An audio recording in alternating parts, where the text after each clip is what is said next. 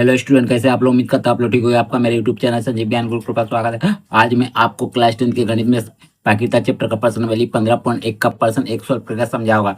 इस क्वेश्चन को मैं आपको बहुत ही आसानी में इजी में स्टेप बाय स्टेप समझाऊंगा ताकि आप सब स्टूडेंट को इस प्रश्न का अच्छी प्रकार समझ पाए जाए। ठीक है, यदि यह वीडियो आपको पसंद आए तो प्लीज मेरे वीडियो को लाइक शेयर कर दीजिएगा, और यदि आप वीडियो पर नए तो सब्सक्राइब बटन प्रेस कर बेल आइकन प्रेस कर ऑल पर क्लिक कर दीजिएगा ताकि हमारी हर पहले आने वाली वीडियो का नोटिफिकेशन आपको सबसे पहले मिले। ठीक है, अब प्रश्न एक सोल्व करने से पहले मैं आपको एक बात कह दूं कि इस वीडियो को पूरा अंतर देखिएगा, बीच में कभी स्किप मत कीजिएगा, नहीं तो आपको वीडियो में प्रश्न का हल अच्छी प्रकार समझ भी नहीं आएगा। ठीक है, तो देखिए प्रश्न क्या कह रहा है, निम्नलिखित कथनों को पूरा कीजिए। ठीक है, जो आपको कथन सब दिया गया है, इनको जो खाली जगह इनको भरना है। ठीक है, तो इन कथनों को भरने से पहले हम प्राकृतिक चैप्टर का कुछ बिंदुओं के बारे में जान लेते हैं। ठीक है, देखिए आप क्या क्या बिंदु है देख लीजिए।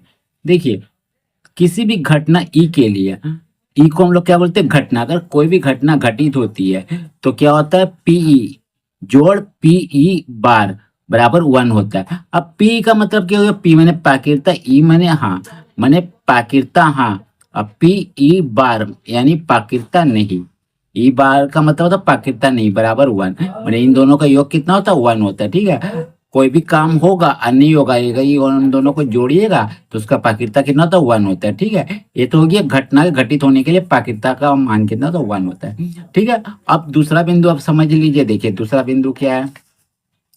देखिए अब प्राकृता का मान क्या होता है, माने क्या होना चाहिए प्राकृता मान? देखिए घटना एक की प्राकृता एक ऐसी संख्या पी है कि प्राकृता का मान हमेशा, देखिए पी प्राकृता का मान हमेशा क्या होता है?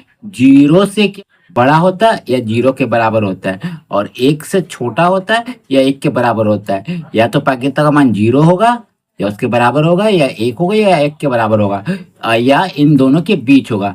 0 से छोटा या 1 से बड़ा कभी भी नहीं होगा। इस बात को आप ध्यान रखिए, हमेशा प्राकृतिक मान होता है, यानी माइनस में कोई भी संख्या आएगा तो प्राकृतिक मान नहीं है, या 1 से बड़ा कोई भी संख्या 2 या 1.5 1.1 कुछ भी आएगा तो प्राकृतिक मान नहीं है। हमेशा 0 और 1 के बीच होगा, या 0 या 1 होगा। ठीक है, ये होता है प्राकृतिक का मान। ठीक है, अगर इस बिंदु को आप समझ लेते तो आपको बहुत सारा ऑब्जेक्टिव प्रश्नों का हल हो जाएगा। ठीक है, तो देखिए तीसरा पॉइंट क्या? उस घटना जिसका घटित होना असंभव है, अनिश्चित है। यदि आपका कोई घटना हो रहा है और घटित होना असंभव अनिश्चित है, मतलब घटित नहीं हो सकता, तो उसका प्राकृतिक क्या होता है? हमेशा 0 होता है। तो ऐसी घटना को हम लोग क्या कहते हैं? असंभव घटना कहते हैं, मैंने इम्पॉसिबल इवेंट। ठीक है, और उस घटना जिसका घटित होना निश्चित संभव है, ठीक है, तो ऐसी घटना का प्राकृतिक मान क्या था? 1 होता है। ऐसी घटना को एक निश्चित घटना कहते हैं, यानी श्योर इवेंट। ठीक है, चलिए एक पॉइंट आप लोग जान लिए होंगे, उम्मीद करता हूँ। ठीक है, चलिए अब हम क्या करते हैं? आपका कथन को पूरा करते हैं। ठीक है, तो देखिए कथन क्या बोल रहा है। पहला नंबर पे आपको कथन बोला गया है, घटना ई की प्राकृतिक और घटना नहीं की प्राकृतिक बराबर 1 होता है। देखिए अभी मैंने आपको बताया था, देखिए घटना ई की प्राकृतिक यानी, देखिए घटना ई यानी पी, माने पी हाँ, और जोड़ घटना ई नहीं, देखिए ई नहीं, पी ई डैश यानी प्राकृतिक नहीं, इन दोनों का जोड़ कितना तो 1 होता है। देखिए जोड़, ठीक है, तो आप 1 लिख दीजिए, लिख दीजिए 1 1। अब देखिए उस घटना की प्राकृतिकता जो घटित नहीं हो सकती, घटित नहीं हो सकती कितना होता है? 0 होता है। देखिए वह घटना जो घटित नहीं होता तो असंभव होता है, आप जानते हैं, अभी मैंने आपको बताया था। देखिए जो घटित नहीं होता असंभव होता है, अनिश्चित घटना होता है तो उसका प्राकृतिक क्या 0 होता है, तो 0 होता है। ठीक है, ऐसी घटना का कहलाती है असंभव घटना कहलाती है, या अनिश्चित घटना कहलाती है, लिख दीजिए। ठीक है, अनिश्चित, अनिश्चित,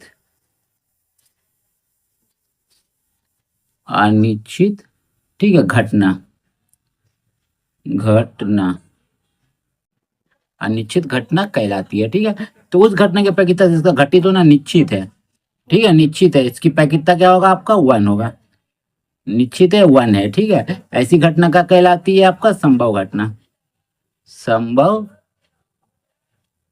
घटना, इसको आप निश्चित घटना भी लिख सकते हैं। ठीक है, अभी मैंने आपको समझा दिया। देखिए वह घटना जिसका घटित होना निश्चित होता है क्या कहलाती है? देखिए एक निश्चित घटना या आपका संभव घटना कहलाती है, इसका प्राकृतिक का तो 1 होता है। ठीक है, चलिए अब क्या है? देखिए आगे, आगे बोला गया किसी प्रयोग की सभी प्रारंभिक घटनाओं की प्राकृतिक का योग कितना? तो 1 होता है। इसको याद रखिएगा हमेशा, कोई भी आपका प्रयोग करिएगा और सभी प्रारंभिक घटना, कोई भी घटना होगा तो उन सभी का योग या घटना हाँ होगा या नहीं होगा, तो उनका योग क्या होता है? 1 होता है हमेशा। ठीक है, तो ये किसी भी घटना की प्राकृतिक क्या होता है? 0 से बड़ी, हमने आपको बताया था 0 से बड़ा होगा या उसके बराबर तथा 1 से छोटी, छोटी या उसके बराबर होती है। या देखिए यही वाला बात है। प्राकृतिक क्या होगा, 0 से बड़ा या उसके बराबर होगा, या 1 से छोटी या उसके बराबर होगा। ठीक है ये चलिए। तो उम्मीद करता हूं आपको मेरा वीडियो पसंद आएगा। यदि आपको मेरा वीडियो पसंद आए तो प्लीज मेरे वीडियो को लाइक से सब्सक्राइब कर दीजिएगा। और यदि आपको वीडियो समझने में कुछ कष्ट हो तो आप मुझे कमेंट कर सकते हैं। और यदि आपने इससे पिछले दिया वीडियो नहीं देखा तो आप मेरे डिस्क्रिप्शन के प्ले लिस्ट पर जाकर देख सकते हैं। ठीक है, तो फिर मिलते हैं एक नए वीडियो के साथ। धन्यवाद।